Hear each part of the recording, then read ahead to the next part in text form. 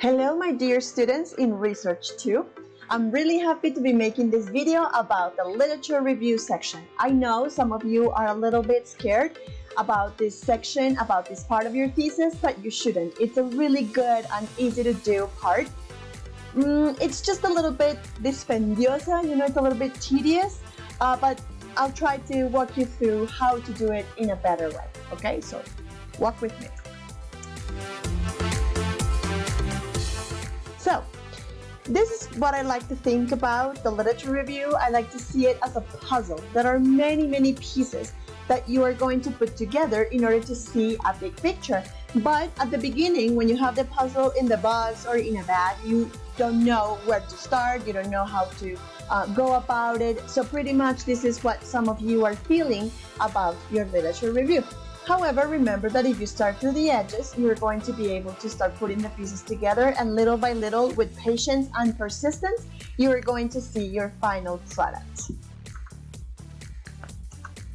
So, thinking about the literature review, you have to think about 25 to 35 resources, this depending on the type of research that you're doing. So, if you're doing something around the lines of case study, action research, ethnography, narrative inquiry, etc., you're going to need between 20 and 25 resources. Where or how do you know which of the numbers? Well, it depends on what you find. And if you're doing, let me just move this around.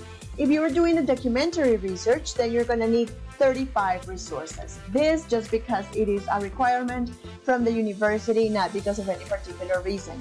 If you were doing a master's degree and you were doing a documentary study, you would need 60 resources. It all depends on the depth and the breadth of information that you need in order to show your competences. So, moving on. You need to search for these 20 to 35 resources depending on your research study at these 4 different levels. So you have the global level, you have the regional level, national level, and local level. Sorry, that was a typo there, corrected by the PowerPoint. So global level, you find a study in China, Taiwan, Canada, Alaska, I don't know, whatever. Regional is Latin America, right? For us, that's regional, Latin America. So you find studies in Peru, Ecuador, Venezuela, Argentina, Chile, Uruguay, etc. National, you find studies in Barranquilla, Cali, Bucaramanga, etc. And local, you find studies in Bogota, where you're living currently. Okay, so another important aspect for a literature review is how to search, right? So first of all, we have to think about keywords and search strings.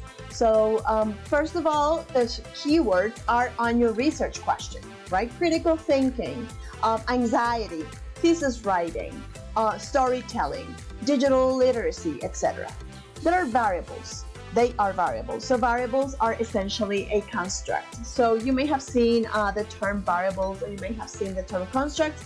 Both of them pretty much mean the same thing, and it's just what I said: motivation, metacognitive strategies, etc.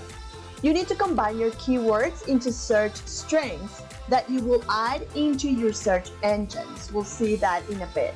Then you need to combine the different variables or keywords to make different search strings in order to find studies that are as close as possible to the study you want to carry out.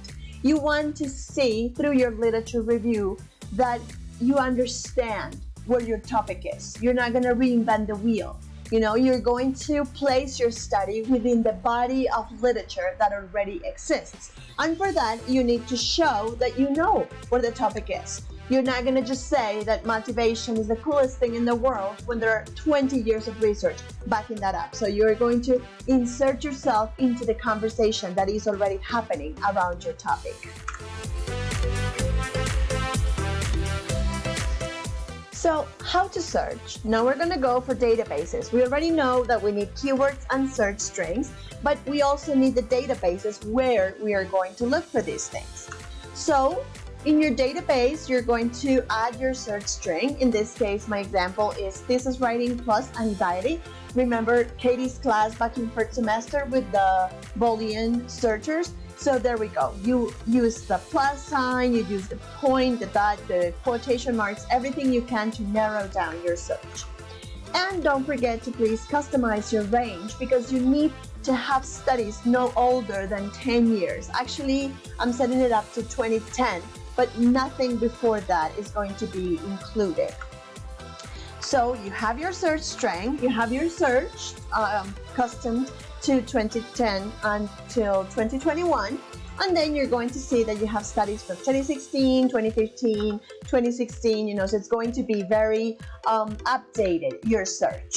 Now you have, PDFs on Google Scholar. To me, Google Scholar is the search engine you should be checking first. However, there are 1,000 more. So where else can you search? You want to search on Google Scholar. You want to search on Microsoft Academic Search. Is the competition. Microsoft has everything Google, so it's a very similar resource. Or you can have more specific databases. For example, Latindex, Cielo, Redalyc, Dialnet. They are Latin American search engines. You have Redalyc, you have DOA or Ingenta, SpringerLink, RepSeek, CERN Document Server, ERIC. You have 1,000 places where you can look. There is a handout with these links on your Google Classroom as well. And if you say, okay, I found this amazing article, for example, in SpringerLink, but I cannot download it because it's costing me 40 pounds, so then you go to my friend Sci-Hub. If you don't know what Sci-Hub is actually a pirate website created by an amazing girl called Alexandra Elbakian. And this website allows you to search for articles, research reports, etc. without paying for that, right? So if you find something amazing and you want to download it, there you go. You go to Sci-Hub and you find it. You will see a link to where is Sci-Hub today also in your Google Classroom, because they changed the link because, they want to destroy this website, the people who charge for the articles. So you say, I have searched and downloaded my 20 to 35 studies. Remember, the number depends on the type of study that you're doing. What do I do next? Well, you gotta watch the next video on the Literature Review Matrix. See you online. Bye-bye.